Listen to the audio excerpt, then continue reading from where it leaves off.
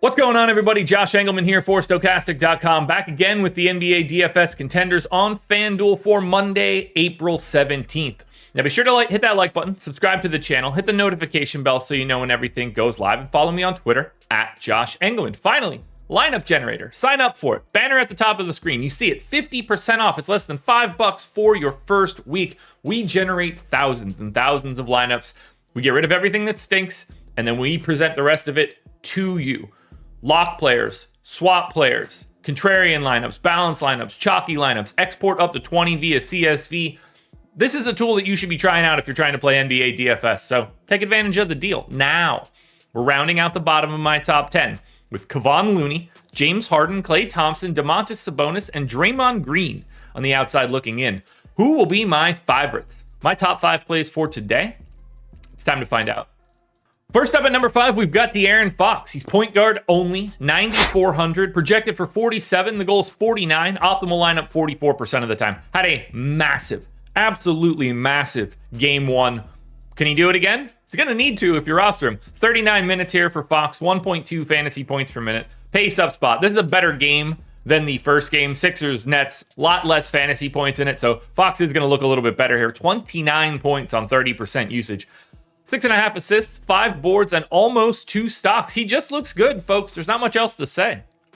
In at number 4, I'm going to MIKAL Bridges. Shooting guard, small forward eligible. Really helps on a 2-game slate. 8,400. Projected for 43. The goal is 44. He's in the optimal lineup, just like Fox, 44% of the time.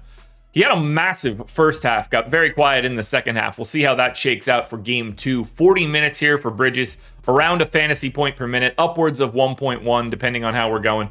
27 real points on 30% usage, 5.5 boards, 3.5 assists, 2 stocks. The stocks are probably going to be what sets Bridges over the top because they don't have many other offensive options. So if it's competitive, Bridges probably has to do a little bit of that. And at that point in time, to really get to that 44 plus fantasy point range, I think you're going to need an outlier stock performance or maybe an outlier rebounder performance.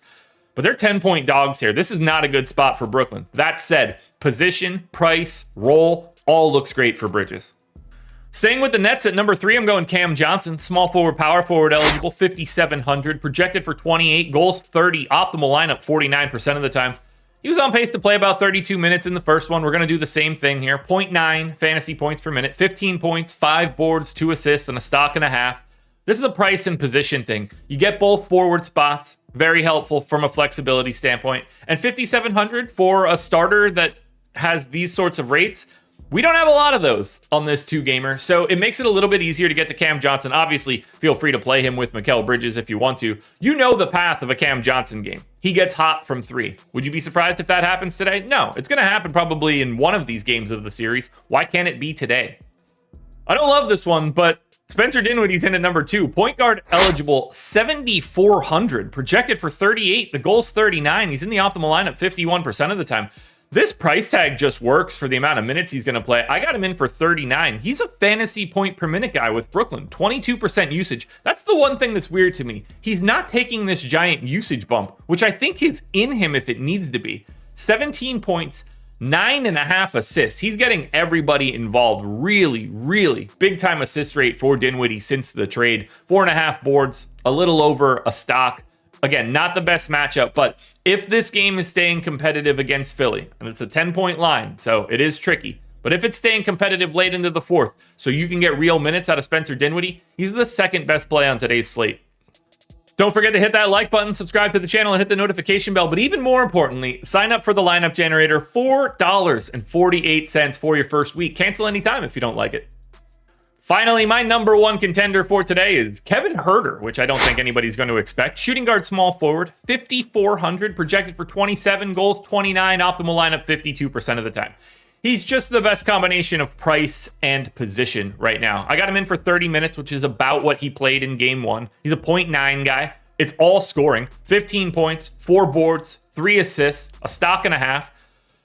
You get a shooting guard, small forward guy, so you're really hitting both spots. They're hard to fill on a 2-game slate, and the salary is perfectly in line with where his price should be, or where his minutes are. So you're getting 5,400, but you're getting 30 minutes out of Huerter, potentially more. If he's hot from 3, I think he stays out there, maybe eats into some of those Malik Monk minutes that we saw in game 1, or vice versa. That could get worse for HUERTER. You never know. But at this price tag, with this positionality, he's the number one guy for today. Alrighty, folks, that will do it. Those are my NBA DFS contenders on FanDuel for Monday, April 17th. DraftKings version is around here somewhere, so check it out. Good luck tonight, everybody. Win some money. We are back again tomorrow morning for another edition of the Contenders.